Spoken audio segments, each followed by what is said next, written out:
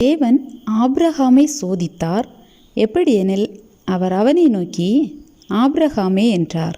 அவன், இதோ அடியேன் என்றான். அப்பொழுது அவர், உன் புத்திரனும் உன் ஏகசுதனும் உன் நேசகுமாரனுமாகிய ஈசாக்கை நீ இப்பொழுது அழைத்து கொண்டு மோரியா தேசத்துக்கு போய் அங்கே நான் உனக்கு குறிக்கும் மலைகளில் ஒன்றின் மேல் அவனை தகன பலியாக பலியிடு என்றார். ஆபிரகாம் அதிகாலையில் எழுந்து தன் கழுதையின் மேல் சேணங்கட்டி தன் வேலைக்காரரில் 2 பேரையும் தன் குமாரன் ஈசாக்கையும் கூட்டிக் கொண்டு தகன பலிக்கு கட்டைகளையும் பிளந்து கொண்டு தேவன் தனக்கு குறித்த இடத்திற்கு புறப்பட்டு போனான். 3ஆம் நாளில் ஆபிரகாம் தன் கண்களை ஏறெடுத்து பார்த்து தூரத்திலே அந்த இடத்தை கண்டான். அப்பொழுது ஆபிரகாம் தன் வேலைக்காரரை நோக்கி, நீங்கள் கழுதையை நிறுத்தி இங்கே காத்திருங்கள், நானும் பிள்ளையாண்டானும் அவ்விடம் மட்டும் போய் தொழுது கொண்டு உங்களிடத்துக்கு திரும்பி வருவோம் என்றான்.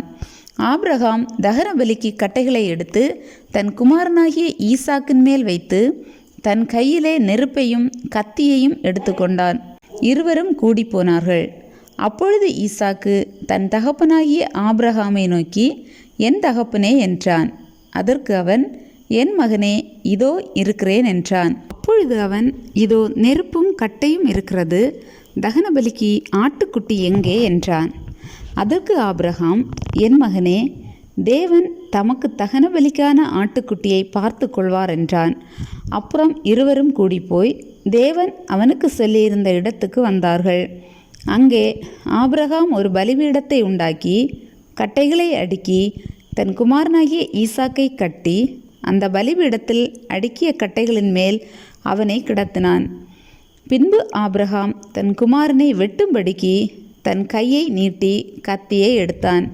அப்பொழுது கர்த்தருடைய தூதனானவர் வானத்திலிருந்து, ஆபிரகாமே, ஆபிரகாமே என்று கூப்பிட்டார்.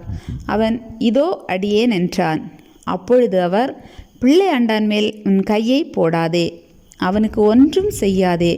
நீ அவனை உன் புத்திரன் என்றும் உன் ஏகசுதன் என்றும் பாராமல் எனக்காக ஒப்பு கொடுத்தபடியினால் நீ தேவனுக்கு பயப்படுகிறவன் என்று இப்பொழுது அறிந்திருக்கிறேன் என்றார்.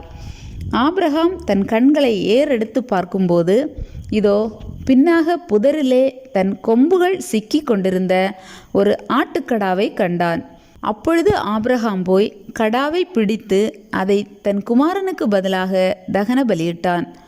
ஆபிரகாம் அந்த இடத்துக்கு யெகோவா ஈரே என்று பெயரிட்டான். அதனாலே கர்த்தருடைய பர்வதத்திலே பார்த்து கொள்ளப்படும் என்று இந்நாள் வரைக்கும் சொல்லப்பட்டு வருகிறது.